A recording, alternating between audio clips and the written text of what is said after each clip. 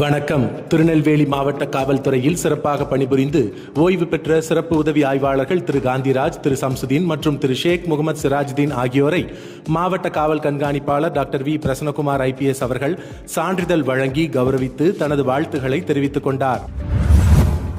திருநெல்வேலி மாவட்டம் நாங்குநேரி காவல் நிலைய சரகத்திற்குட்பட்ட பகுதியில் சமூக வலைதளமான இன்ஸ்டாகிராமில் வன்முறையை தூண்டும் விதமாக வீடியோவை பதிவிட்ட நெடுங்குளம் பகுதியை சேர்ந்த மனோன் மணீஸ்வரன் என்பவரை நாங்குநேரி காவல்துறையினர் இன்று கைது செய்து உரிய சட்ட நடவடிக்கை மேற்கொண்டு வருகின்றனர்.